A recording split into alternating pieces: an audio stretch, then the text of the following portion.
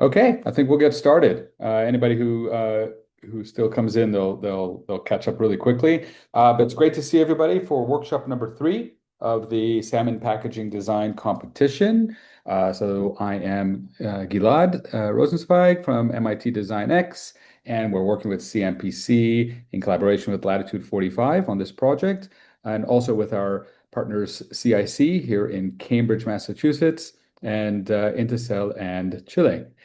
We are now at, well, I'll jump forward, but we're about to enter workshop number three out of four. And these are workshop presentations that we created to help people who are working on the competition, creating their entries. So most competitions, we just ask you to do something. Here, we're giving you some content as well.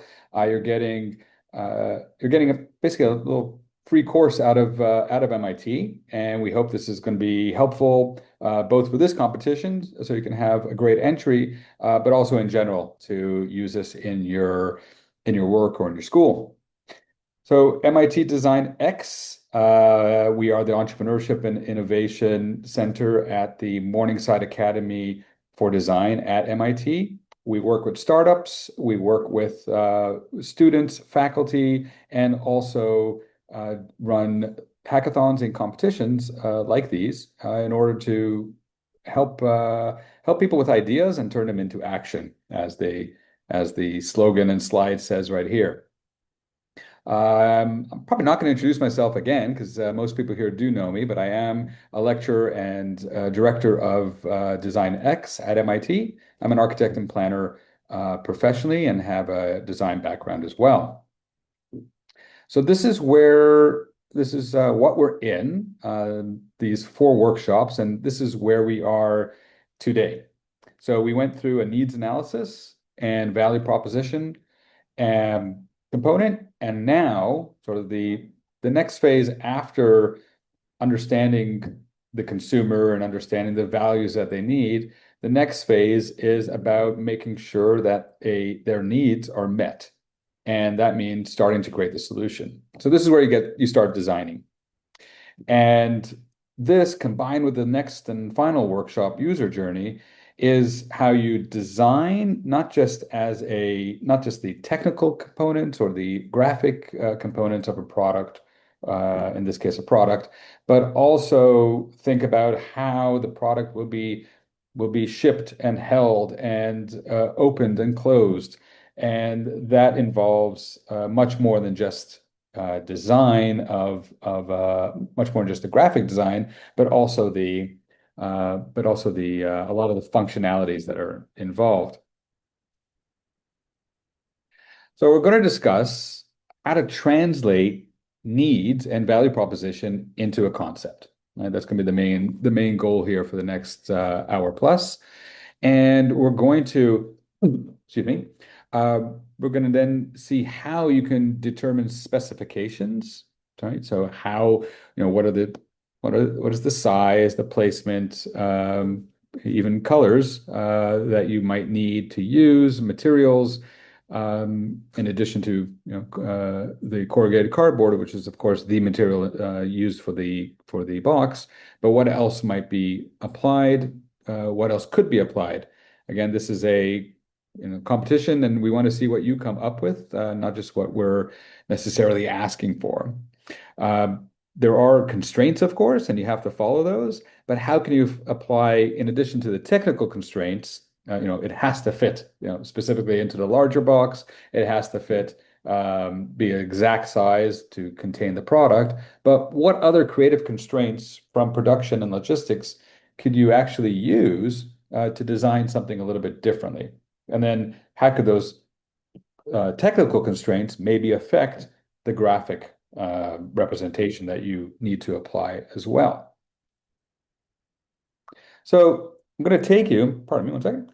Uh, what we're going to do is take you from need to solution. So in the end, there's going to be the fit, but let's just talk about sort of where we were and how we're going to get to this concept. So the first thing we talked about in this workshop series is the user need. And so we asked you to look at the behavior of a consumer. We ask you to maybe go to the stores, go open up packages, go through the actual motions of a consumer, and start to think what are the functional needs, what are the emotional needs that they have, and how that's going to affect the design. The second thing is we looked at the value proposition. So, what does the consumer need to gain really from the design solution? And if you remember last time, we talked about the jobs to be done theory by Clayton Christensen. And that was for you to think, well, this is not just a box and it's not just salmon. What is the purpose? What is the really the main reason that somebody is coming for this product? And again, in this case, it's both the product that is being consumed, the salmon, but the box that is designed to transport it. And we're working on the design of the box, not on the actual food that's eaten, but there's incredibly close connection between them, and we're relying really on this box, on the packaging, to convey the message of what's inside. So the value proposition is really connected both to it's connected to the final product, what is actually consumed, but it needs to be translated through the box design. And then, starting today, we're going to look at those design requirements. What are the physical, or who knows, maybe even digital demands that you must meet?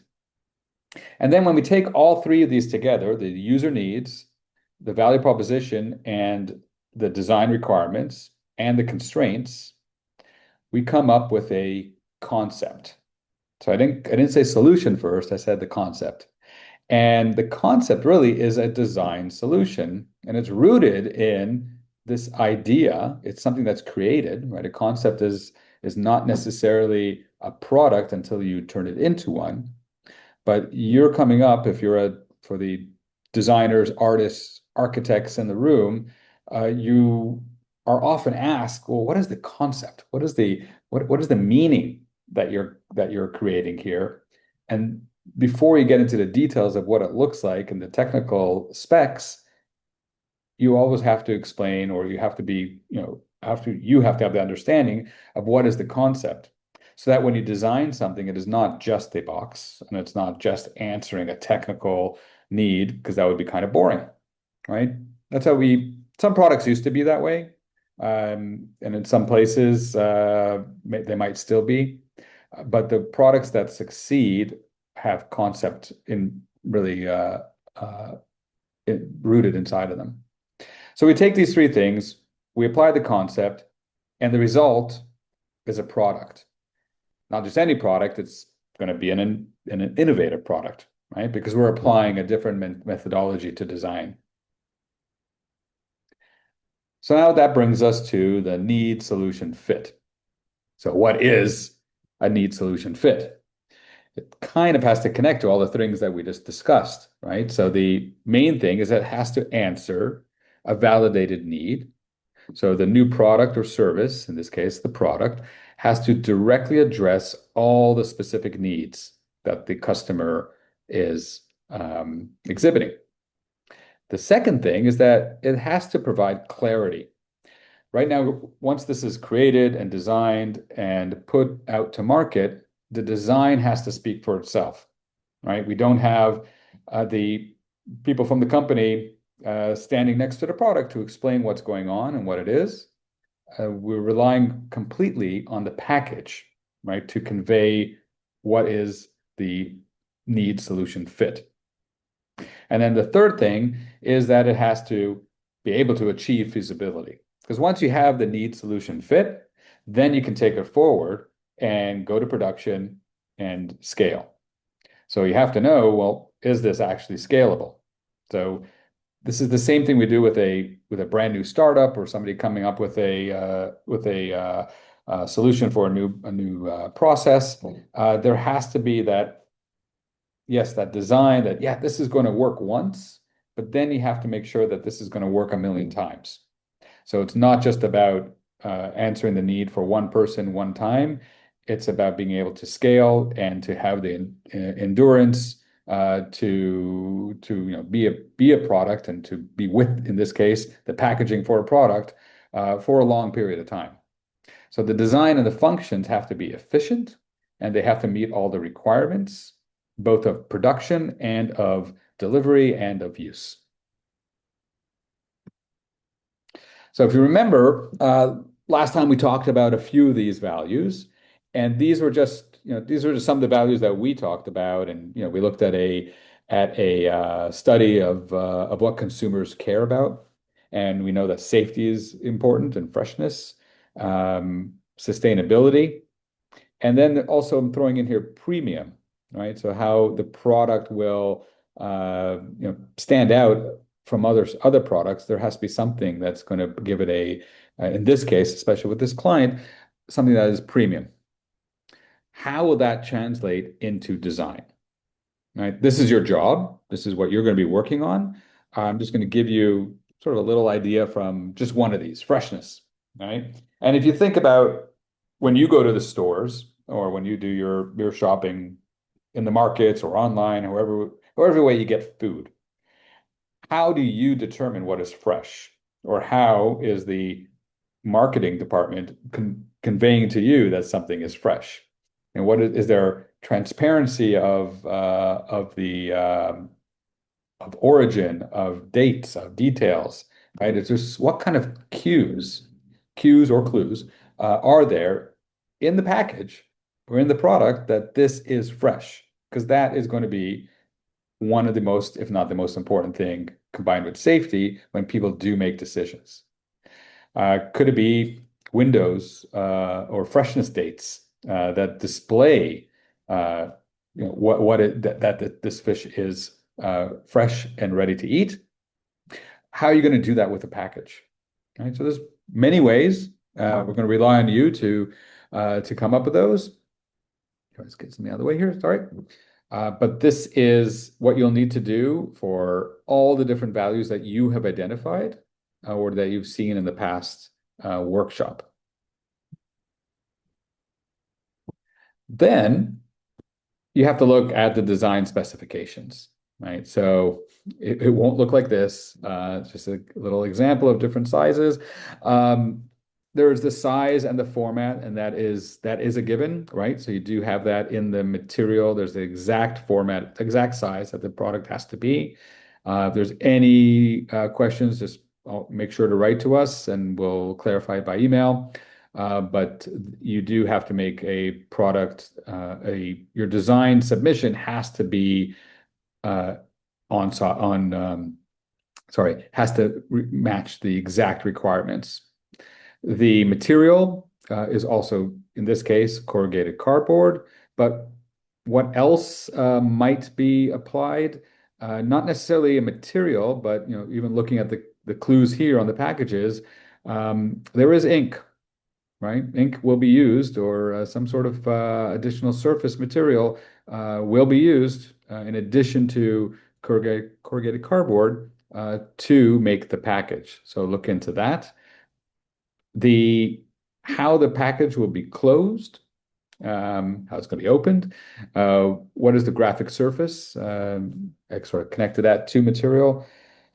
Then, of course, there's the usability, how you define portion sizes, and that should also be incorporated in the packaging. And then you have to think of the other constraints. And we talked about this a little bit toward the end with CMPC last time. What is the manufacturing? What are the manufacturing constraints? And what are the shipping requirements? And then what are the retail constraints when this hits the shelf in the grocery store or in the market? And then I would also even say, so it's coming on another one there, so I won't say it yet. Well, I'll say it now because I already let it out. It's going to end up in your fridge, right? So this is going to be the same package coming out of a manufacturer, shipped, put in a store, taken home or to an office or to an event, and then put on the fridge, and then even a step farther. The material and the structure, though, think about, again, how the carton will be used, sorry, how the cardboard will be used, the sleeve and the tray systems that we talked about. What does it look like when the packages are it's not just one, but it's going to be multiple packages combined together. And this also has to be in a refrigerated transport. So what effect might that have?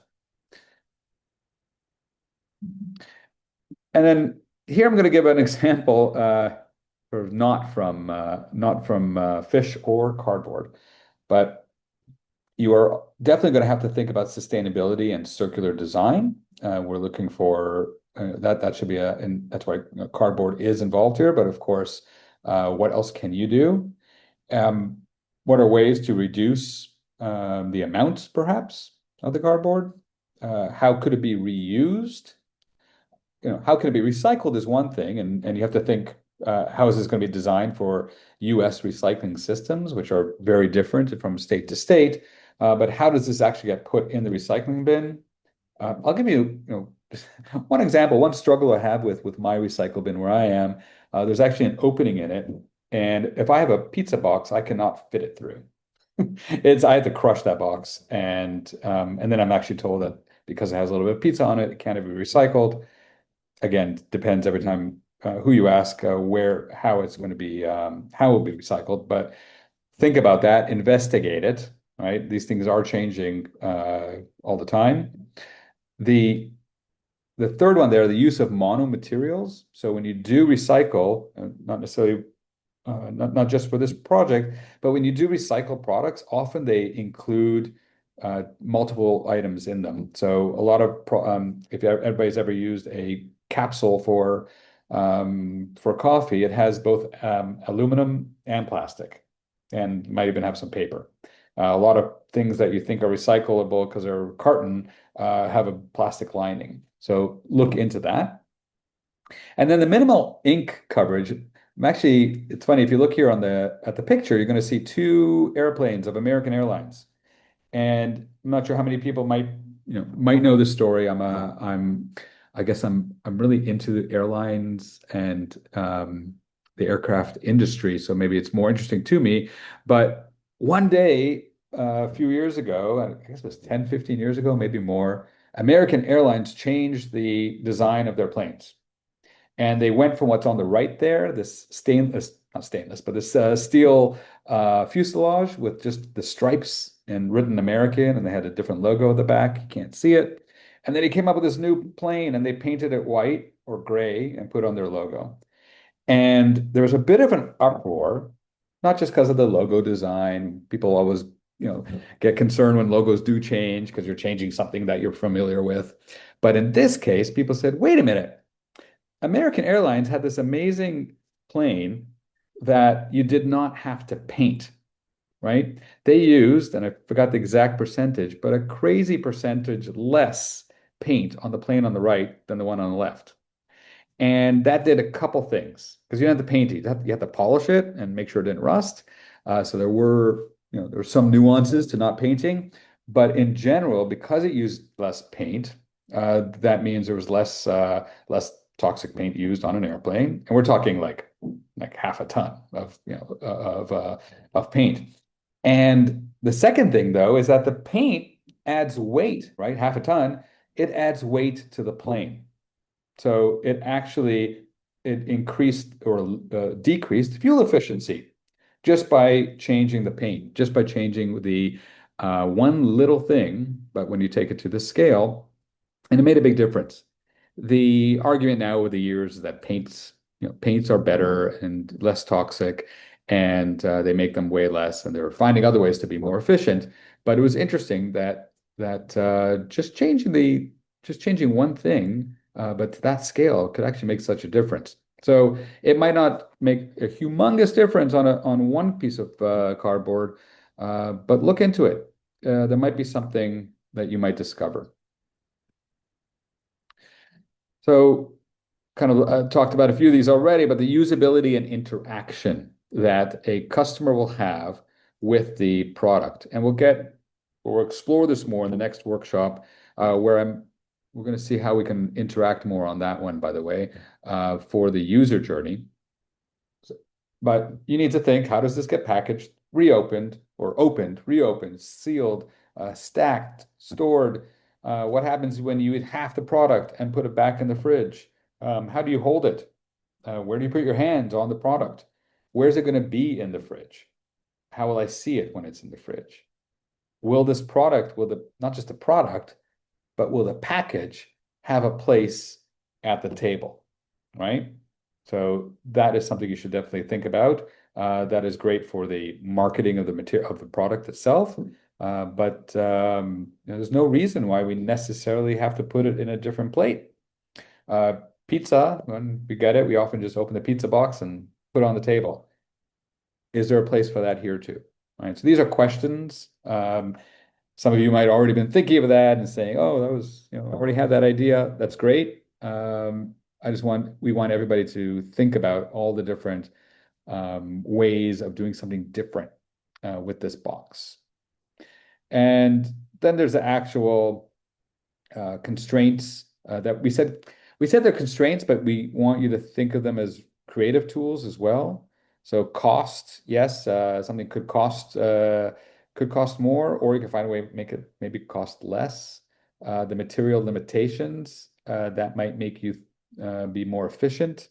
Regulations, whatever might apply. What could be, how could that affect the design and the transport logistics? How is this going to be, again, handled or seen by so many people along the supply chain route, including that last person who puts it on the shelf in the supermarket. The last piece from this segment is this statement. So for especially the architects in the room, we've all been trained with or indoctrinated with the term form follows function, right? And that should be true. It's about the use and the function and the need, and then we develop form. We don't necessarily start with a form. We might have some concept in mind, but that's not. It usually does not work that way, and it usually does not work that well. So the same thing with value. So the value proposition is now guiding us, together with the user needs, but really that value proposition should be really guiding the design and the form, or in this case, the graphics and the design of the package. Now, those constraints, as we said, yes, they obviously we can't do things that are going to be we can't make a box that's going to be bigger than what it's allowed to be because it won't be made. But maybe those constraints can help us as drivers for innovation. Not saying how, but this should somehow allow us to be different in the design. It should allow you and the company to tell a story right through that design. And again, this is where product, industrial design and graphic design are coming together here. And then, yes, you're telling a story, but you're also creating a narrative. And the packaging, again, because we're not there to deliver the fish to the customer, it is the package that has to tell the story and create that narrative. And by being different, of course, it's how you're going to compete with the product next to it on the shelf. So you work on all that and you develop the criteria and you start to match and say, okay, well, these are the needs and this is this is the fit on the other side. And you evaluate it and say, okay, what's working, what's not, right? Have I properly addressed and verified user needs? Am I able to, through this design that I'm now proposing, clearly communicating value, right? Is this usable and ergonomic? And most importantly, for the US market, which is where this is being sold, are you aligned with US market expectations? So that goes back to the user needs and the back what we did at the very beginning. And to get started, right, we use this this statement. This is out of a playbook called Sprint. which was created by Jake Knapp, who was at Google. He created a system called the design sprint. It says in 5 days we can just stop doing any other work, come together as a team, and figure out how to create a new solution to a problem. And part of that sprint is it's about being agile and brainstorming and not having any preconceived notions. And so you come to the table with this statement saying, well, yeah, how might we? How might we do this? How might we design? How might we answer this problem, this need? And it means that you, as the designer, as the creator, should start, well, putting things down and just trying it out and saying, I could do this and I could do that. And then things, in this case, a product design, will start to come together. Don't be constrained when you first start the design. Make sure that you meet the constraints. But again, it's that concept that's going to have to be extremely strong here. So how might we is a chance for you to, yes, address the needs, but also think about how might we do something different? How might we tell the narrative? And how might we be able to tell the story? So this is actually a form that we use, and you'll get this in the deck when we send this after the presentation today.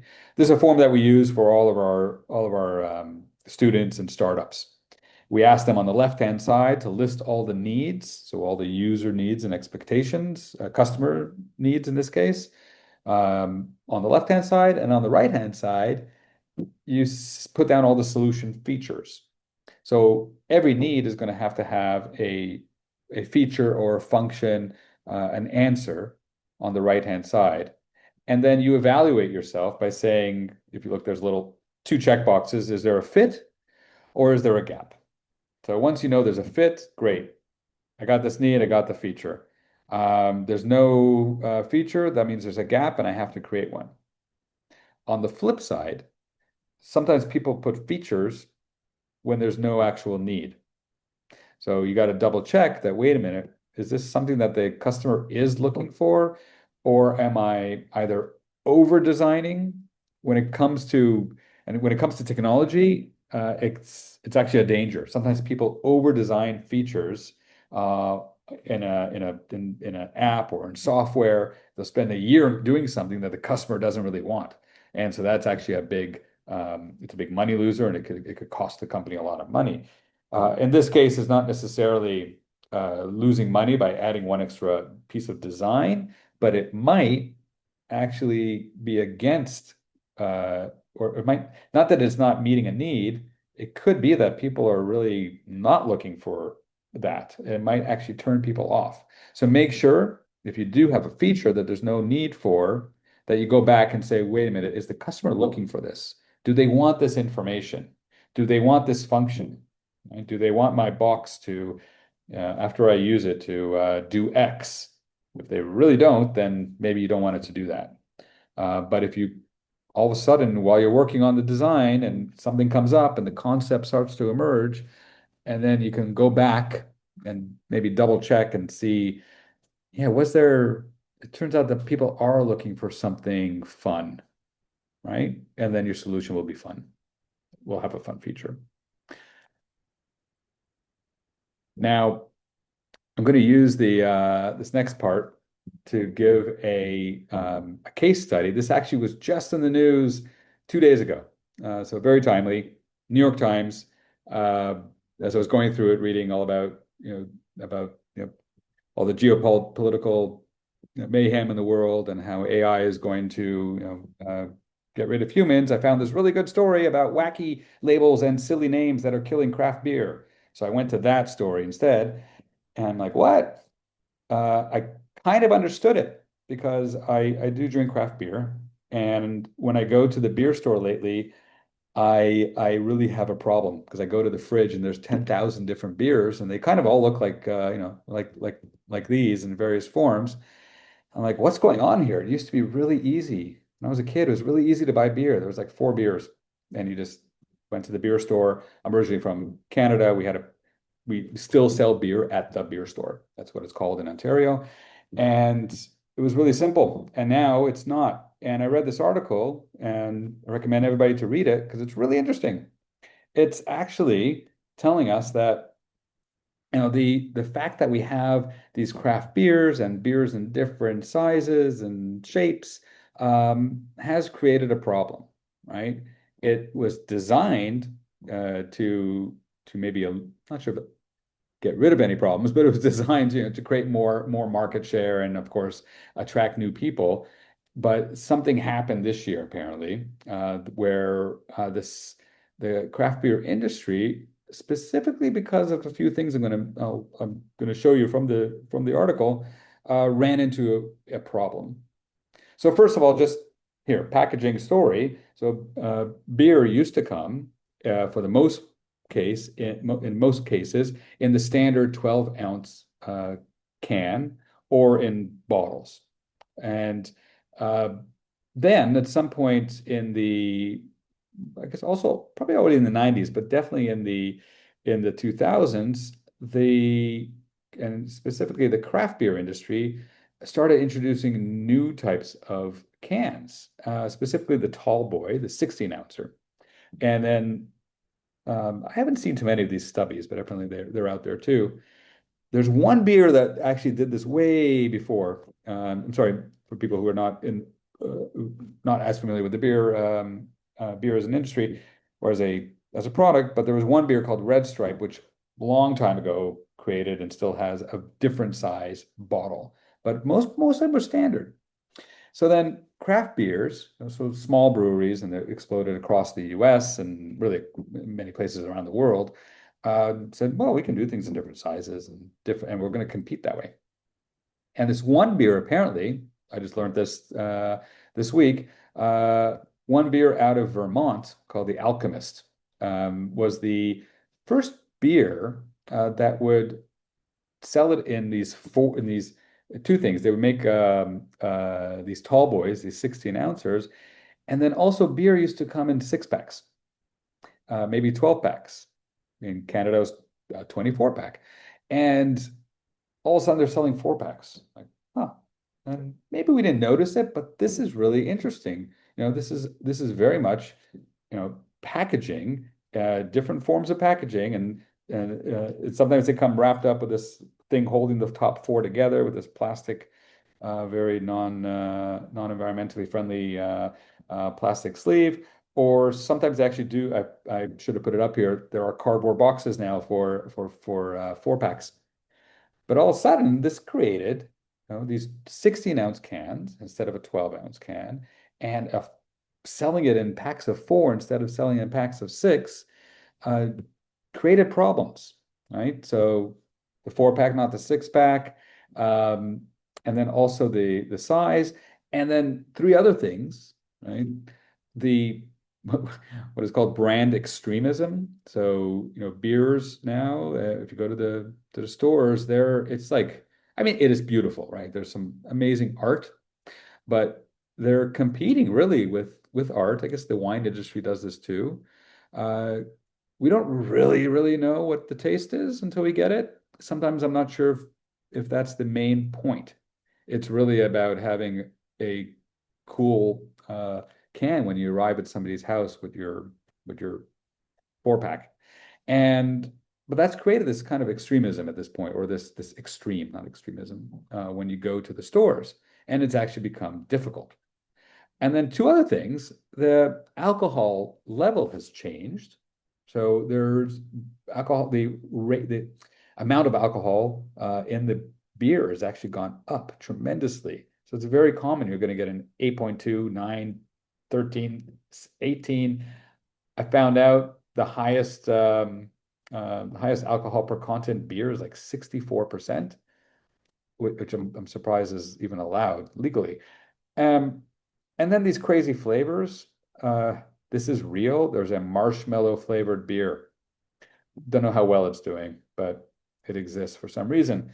Um, so all of a sudden, it turns out this year, with all this innovation in beer as a product and in the packaging of it, this year craft beer sales are down 4%, right? So this is all, again, what I learned from this article. I'm like, huh, it's pretty interesting.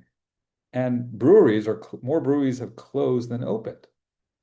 So now there's also a trend of lower alcohol consumption, right? So you might be saying it's not just because of the beer itself, but the package, but the story that is told, and it's really interesting here, is that all of a sudden, if I want to get six beers and share it with six people, I can't. I have to buy it in different quantities than I used to. And also, if I want to just have a beer and not have 8 or 10% alcohol when I'm drinking it, also I'm getting more beer and more alcohol, and it's not what I wanted, right? So that's not what people want. When they drink a beer, they want to enjoy, again, reading, just taken from the story, they want to enjoy a slow drink. So again, maybe some people who are going to college in their first year are looking for something different, but in general, especially when it comes to the craft beer, that's not what people are looking for. But all of a sudden, they were delivering something that's not meeting the market need. Something went wrong. And if it went down 4% already, what's going to happen next year? We shall see.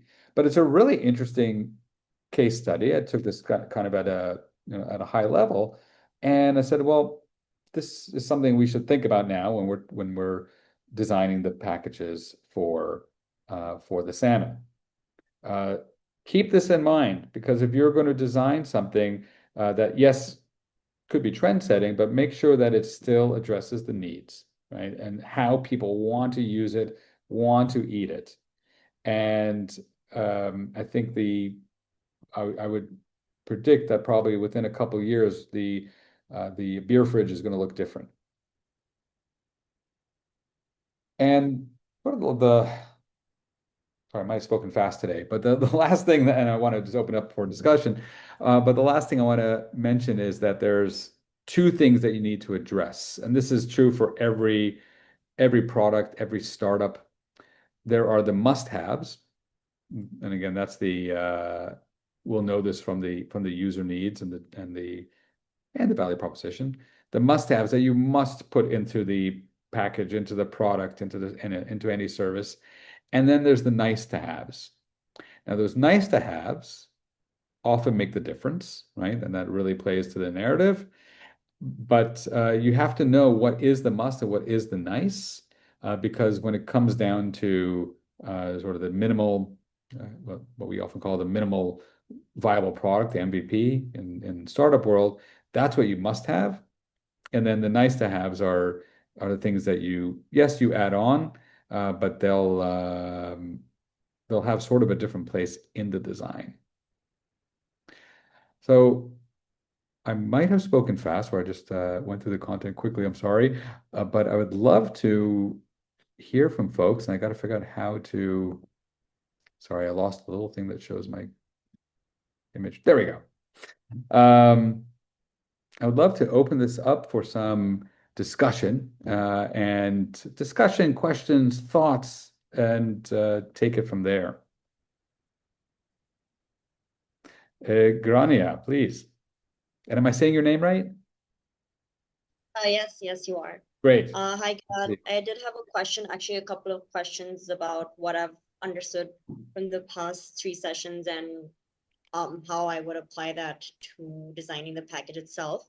So if I divide that into silos of what we can actually work on, considering that we have already been given the dimensions and how that would fit on a palette, that would be brand communication, what the consumer understands about the product from the packaging itself. How easy do we make it for them to use or unpack the package itself with enabling it with a closure? And like you mentioned, if we do have the feasibility to make any changes that make it more accessible or feasible, then we add that as well. But when it comes to brand communication itself, we're surely not to make non-backed claims on the package about the product, right? And so, say we want to communicate how healthy it is or how safe it is to store it for an X amount of time in your freezer or on the shelf. Would we be receiving that information from CMPC, or are we just supposed to kind of design the placeholders for that? So that's an excellent question. Felipe, I might actually ask you for that, whether if they don't have the exact, you know, information, should it be a placeholder or can we provide more information? I think you can propose, you can check what is important for people, what is important for the market, and also for the retail chains. And you can make a proposal. We also leave on the site or where MIT X leave all the materials with the brand guidelines of the brand multi-X, so or latitude 45, sorry. So you can take those and just make a propose with the key points that you think that are relevant for the market. Got it, got it. Because when I was thinking about, say, a template for myself, there's always one moat that you want to kind of highlight more than the others, even if there are other benefits. So say I want to make a claim that this brand has the highest protein content per gram of salmon. Um, that needs to be true, right? I cannot base the whole packaging or the design or say the central message cannot be something that is not verified by the product itself. Correct. So I think so in this case, if you can put on what should be conveyed, and then if there's something that needs to be clarified or prove or the exact numbers, then that would be corrected by latitude 45, and we would not say that your submission is incorrect. We would just note that, yeah, that is the way you want it to convey, what's most important to convey, and where and how and you want to show it. If but the exact wording will still be approved and fixed by the company. So that will be Understood. Okay. Following up on Yeah. that, I did have another question. sure. So is there an evaluation rubric or metric, like is the brand communication weighted more heavily, or if we make changes to the design itself, where we've added a closure that increases the shelf life, how are we evaluating the submission? So we'll provide a document with the evaluation criteria. So that I'm not sure if we already did. If not, it might be in one of the documents there, but we'll make sure that it's clear if not already provided. But there is a I rubric. got it. I got it. Okay, perfect. Thank you so much. You're welcome. And by the way, we are also now today opening up, and you'll be getting through Accelerator app, you'll be getting another sort of email saying you've advanced to the next round. That just means now that the round where you can actually submit a design has opened. It's not due for another month, but if somebody wants to make that submission and go on vacation, you're perfectly welcome to do that. So we just want to let you know that it will be opened as of today. So at some point today, you'll be getting that email. Right, I did get that email right before the session, but when I click on the CDA, the submit the form button, it takes me to a blank link. Nothing seems to appear there. We will address that.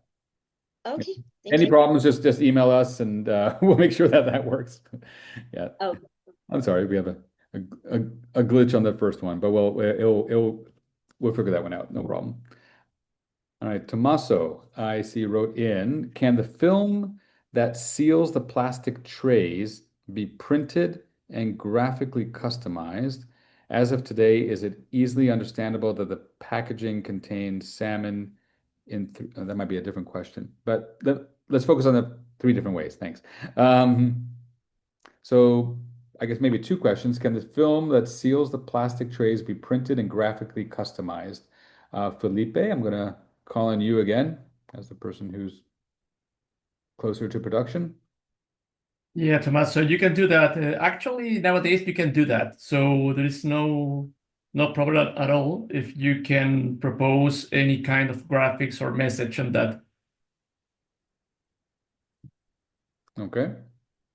And then, as of today, is it easily understandable that the packaging contains salmon in three different ways? Well, we can, and wait, and yes. So the Yes. packages, Go ahead. Gilad, just to be more clear, Sure. okay, we read from the brief that this packaging is intended to be for three different recipes, so we can say, okay, so we can find cubes or sheets, it depends, with different things inside, and I want to know if nowadays because I saw that level 45 has 45 has a pack with four different recipes now. Okay, if people can understand easily that there are three different kinds Hmm. of salmon, we can say in this way, inside. I mean, that's a good question. I mean, I don't Yeah, know. yeah, it was something, or maybe it was a problem why they decided to do a packaging contest because Ah, nowadays maybe people can't understand very well these things. So if we know the problems that led CMPC and Level 45 to make, this concept, it will be very useful, to try to focus on some problems. Felipe, Let me answer that, Gilad. Yeah, thank you. Hi, Tommaso. Thanks for your question. Yeah, actually, that's part of the challenge because the product itself contains different kind of a salmon. One is smoke, another one could be a little bit more salty, and so on. And the products, it's for sharing. So you need to understand and consider the instance of consumption of the products, the place, the people, the season, if people is going to consume it on an event. So in that way, how you can communicate through this packaging the best way that it contains something to share and four different kinds of salmon. Thank you. Okay, you're welcome.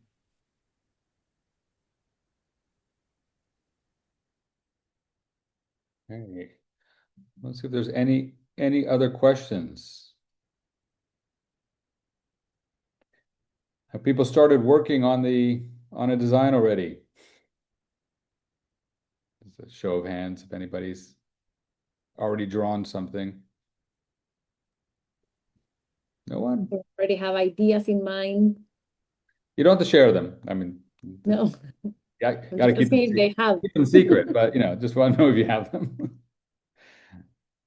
Okay, well, I hope you can start to get to work now. You do have time. We will meet one more time in a couple weeks to go over user journey. But I will, if there's no other questions and my colleagues don't have anything else at the moment, then we will call it we will call the meeting. So thank you, everybody. Again, any questions, just send us emails and or you can reach us through the app. If there's any problem that submitting or anything like that, just let us know. We can override any computer. We have that ability. Great. Thanks, everybody.